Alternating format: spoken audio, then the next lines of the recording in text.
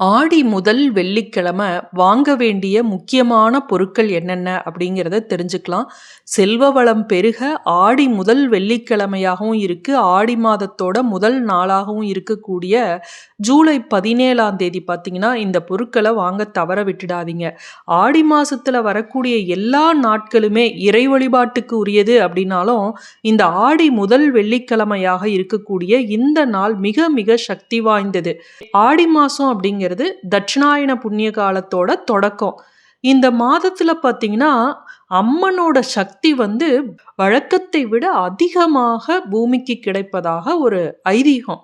அதனால இந்த ஆடி மாசத்துல வரக்கூடிய வெள்ளிக்கிழமை அன்று இச்சாசக்தி அப்படின்னு சொல்லக்கூடிய அம்பிகையை வழிபடுவது சிறப்பு. அம்பிகைக்குரிய பொருட்கள், மகாலட்சுமிக்குரிய பொருட்களை நம்ம அந்த நாள்ல வாங்கி வச்சோம் அப்படின்னா, அதற்கு என்னென்ன பலன், அந்த பொருட்களை ஏன் வாங்கணும் அப்படிங்கிற காரணத்தை நம்ம டீட்டெயிலா தெரிஞ்சுக்கலாம். உங்களுடைய உறவினர்களுக்கும் நண்பர்களுக்கும் இந்த பதிவை ஷேர் பண்ண மறக்காதீங்க. ஆடி மாதத்தோட முதல் வெள்ளிக்கிழமை அப்படிங்கிறது நம்மளுடைய இந்து மதத்துல மிக விசேஷமான ஒரு நாளாக கருதப்படுது.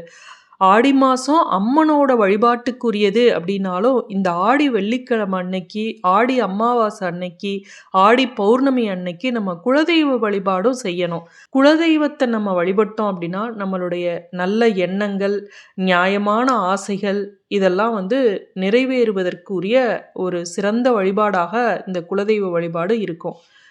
ஆடி வெள்ளிக்கிழமையில பொதுவா முப்பெரும் தேவியரை துர்க்கை, லக்ஷ்மி, சரஸ்வதி மூவரையுமே வழிபடுவது வழக்கம் அப்படின்னாலும், முதல் வெள்ளிக்கிழமை அன்று ஸ்வர்ண கௌரி விரதம் அப்படின்னு சொல்லுவாங்க. பார்வதி தேவியை அன்றைய தினம் வழிபட்டோம் அப்படின்னா, சுமங்கலி பெண்கள் தங்கள் மாங்கல்ய பலம் பெருகவும், கன்னி பெண்களுக்கு நல்ல கணவன் அமையவும் இந்த ஸ்வர்ண கௌரி விரத வழிபாடு உதவும். வீட்டில் செல்வ வளம் பெருகணும் அப்படின்னாவே இந்த ஸ்வர்ண கௌரியை நினச்சிக்கிட்டு இந்த பொருட்களை ஆடி முதல் வெள்ளிக்கிழமை அன்று நம்ம வாங்கிட்டு அந்த பொருட்களை நம்ம பூஜை அறையில் வைத்து விட்டு அதற்கு பிறகு நம்ம சமையலுக்கு பயன்படுத்தணும் அப்படின்னா மகாலட்சுமி கடாட்சம் கிடைக்கும், நல்ல செல்வ வளம் பெருகும். மாரியம்மன், காளியம்மன் போன்ற காவல் தெய்வங்களுக்கு இன்றைய தினத்துல கூழ் வார்த்து வழிபாடு செய்யறது ரொம்ப நல்லது.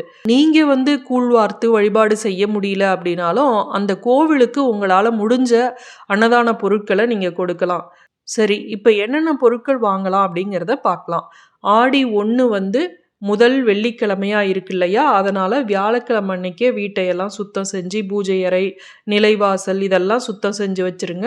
வெள்ளிக்கிழமை அன்னைக்கு நிலவாசலுக்கு மஞ்சள் குங்குமம் வச்சு பூ வச்சு இதெல்லாம் செய்யுங்க. வாசல்லையும் சரி பூஜை அறையிலையும் சரி அரிசி மாவுனால மாக்கோலம் போட மறந்துடாதீங்க. நிலவாசல்ல அதே போல மாவிளை கட்டிடுங்க. இந்த பிரம்ம முகூர்த்தம் அப்படின்னு சொல்லக்கூடிய நேரம் அல்லது 6 to 7 இந்த நேரத்தில் மட்டும் நீங்கள் கண்டிப்பாக இந்த நாளில் விளக்கேற்ற மறந்துடாதீங்க. அதே போல் இந்த பொருட்களை வாங்குறீங்க அப்படின்னா ராகு காலம், யமகண்டம் இந்த நேரத்தை தவிர்த்து விட்டு இந்த பொருட்களை வாங்கி வீட்டில் கொண்டுட்டு பூஜை அறையில் வைங்க.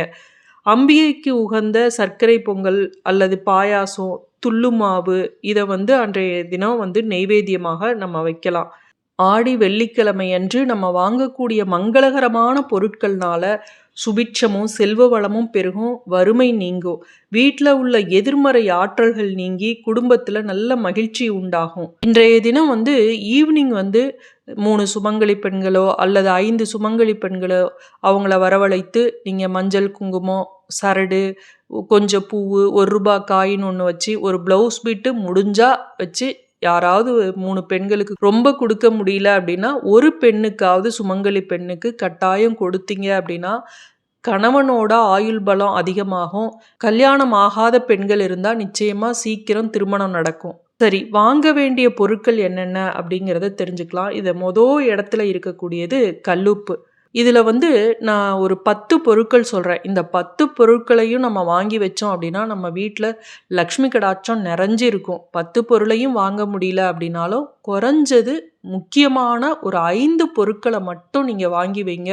செல்வ பலம் கட்டாயம் பெருகும். இதில் லிஸ்ட்டில் முதல்ல இருக்கிறது என்ன அப்படின்னா கல்லுப்பு. இந்த கல்லுப்பு அப்படிங்கிறது மகாலட்சுமி கடாட்சத்தை கொடுக்கக்கூடியது. ஒவ்வொரு வெள்ளிக்கிழமையுமே நம்ம கல்லுப்பு வாங்கினோம் அப்படின்னா வீட்டில் வந்து செல்வ வளம் பெருகும் அப்படின்னு நீங்கள் கேள்விப்பட்டிருப்பீங்க. இந்த கல்லுப்பு ஒரு பாக்கெட் புதுசாக இன்றைய தினம் வீட்டில் வந்து வாங்கிட்டு வந்து வைங்க. அடுத்தது மகாலட்சுமி கடாட்சத்தை கொடுக்கக்கூடிய விரலி மஞ்சள், குண்டு மஞ்சள், மஞ்சள் தூள். இதில் முதல்ல பார்த்தீங்கன்னா விரலி மஞ்சள். இந்த விரலி மஞ்சள்ங்கிறது சாட்சாத் மகாலட்சுமி குடிகொண்டு இருக்கக்கூடிய ஒரு பொருள். இந்த விரலி மஞ்சளை ஒரு மஞ்சளோ அல்லது 2 மஞ்சளோ உங்களுக்கு எத்தனை முடியுதோ இல்லை சின்ன பாக்கெட்லேயோ வாங்கிட்டு வந்து வீட்டில் வைங்க. அதை பூஜை அறையில் தான் முதல்ல இந்த பொருட்களெல்லாம் கொண்டுட்டு வந்து வைக்கணும். அடுத்தது குங்குமம். இன்றைய தினம் தாழம்பூ குங்குமம் ஒரிஜினல் குங்குமமாக கேட்டு கடையில் வாங்கிட்டு வாங்க. இதெல்லாம் நான் எங்கள் வீட்டில் ஏற்கனவே நிறைய இருக்குங்க, வாங்கிட்டு வந்து என்ன பண்ண போகிறோம் அப்படின்னு நினைக்காதீங்க. குங்குமம் உங்களால் முடிந்த அளவு வாங்கிட்டு வந்து வீட்டில் வைங்க. தாழம்பூ குங்குமம் வாங்கி கோவிலுக்கும் நீங்கள் இன்றைய தினம் கொடுக்கலாம். அடுத்தது டைமண்ட் கற்கண்டு, சின்ன சின்னதாக இருக்கும் பார்த்தீங்களா, அந்த கற்கண்டு இன்றைய தினம் கட்டாயமாக வாங்குங்க. ஏன்னா அம்பாளுக்கு இன்றைய தினம் நெய்வேத்தியம் வைக்கிறதுல பாயாசம் ரொம்ப முக்கியமானது. கற்கண்டு பொங்கல் வச்சோம் அப்படின்னா மகாலட்சுமி கடாட்சம் கிடைக்கும். இந்த டைமண்ட் கற்கண்டை வந்து குத்து விளக்கு, காமாட்சி விளக்கு இருக்கு இல்லையா, அதில் நம்ம தீபம் ஏற்றி இந்த கல்கண்டை போட்டு நம்ம ஏற்றினோம் அப்படின்னாலும் மகாலட்சுமி கடாட்சத்தை கொடுக்கும். இந்த டைமண்ட் கற்கண்டு சின்ன பாக்கெட் வாங்கினா கூட போதும். இதை வாங்கலை அப்படின்னாலும் வெல்லம், நாட்டு சர்க்கரை, இது மாதிரி இனிப்பு பொருளை நீங்கள் கட்டாயமாக இன்றைய தினம் வாங்குங்க. எந்த ஒரு விசேஷ நாளாக இருந்தாலும் நம்ம வந்து ஸ்வீட் செஞ்சு சாமிக்கு நைவேத்தியமாக வைப்போம். அதனால் இந்த நாளில் வெல்லம் வாங்கணும் அப்படின்னா இந்த வெல்லம், டைமண்ட் கற்கண்டு இதெல்லாம் மகாலட்சுமிக்கும் உரியது, சுக்கிர பகவானுக்கும் உரியது. அதனால் இந்த பொருளை வாங்குங்க. அடுத்தது பச்சரிசி. பச்சரிசி அப்படிங்கிறதும் மகாலட்சுமி கடாட்சத்தை கொடுக்கக்கூடியது. இதெல்லாம் ஏற்கனவே உங்களுக்கு தெரியும். அதனால தான் வீடு முதல்ல நம்ம பால் காய்ச்சிறப்ப குடி போகிறப்ப இந்த பச்சரிசியை எடுத்துகிட்டு போகிறோம். அடுத்தது துவரம்பருப்பு. துவரம்பருப்பு அப்படிங்கிறது அங்காரகனுக்குரியது, முருகபெருமானுக்குரியது. இருந்தாலும் இந்த துவரம்பருப்பு அப்படிங்கிறதும் மகாலட்சுமி கடாட்சத்தை கொடுக்கக்கூடியது. அதனால தான் இதுவும் வீடு குடி போகிறப்ப பால் காய்ச்சிறப்ப நம்ம வைக்கக்கூடிய 5 பொருட்களில் இதுவும் ஒன்று. அடுத்தது தாமரை பூ. மகாலட்சுமிக்கு மிக மிக உகந்தது இந்த செந்தாமரை மலர். இந்த செந்தாமரை மலர் 1 வாங்கினா கூட போதும். செந்தாமரை மலர் வாங்க முடியல அப்படின்னா செம்பருத்தி பூ கிடைச்சதா வாங்குங்க. சாமந்தி பூ கிடைக்குதா அதை வாங்கி வைங்க. அடுத்தது பன்னீர் ரோஜா வாங்கி வைக்கலாம். மல்லிகைப்பூ மகாலட்சுமிக்கு மிக மிக பிரியமான ஒரு பூ, இதை வாங்கி வைங்க. அடுத்தது எலுமிச்சம்பழம். எலுமிச்சம்பழம் அப்படிங்கிறது தேவக்கனி, அம்பிகைக்குரியது. அம்மன் கோவிலில் ஆடி மாதத்தில் நம்ம வாங்கக்கூடிய மிக முக்கியமான ஒரு பொருளில் ஒன்று எலுமிச்சம்பழம். இந்த எலுமிச்சம்பழத்தை ஒன்றை வாங்கிட்டு வந்து உங்கள் பூஜை அறையில் வச்சாலும் போதும். அதே போல் ஒரு எலுமிச்சம்பழத்தை கோவிலில் குலதெய்வ கோவிலுக்கு போகிறீங்க அப்படின்னா கட்டாயமாக எடுத்துகிட்டு போய் அந்த வேலில் சொருவுங்க. வெள்ளிக்கிழமை அப்படின்னாவே சுக்கிர பகவானுக்குரியது. சுக்கிர பகவானுக்குரிய தானியம் அப்படின்னு பார்த்தீங்கன்னா மொச்சை. இந்த மொச்சையை வந்து ஒரு 1/4 கிலோவோ 1/2 கிலோவோ எவ்வளோ வேணாலும் உங்களால் முடிஞ்ச அளவு வாங்கலாம். மீண்டும் அடுத்த காணொளியில் சந்திக்கும் வரை நன்றி, வணக்கம்.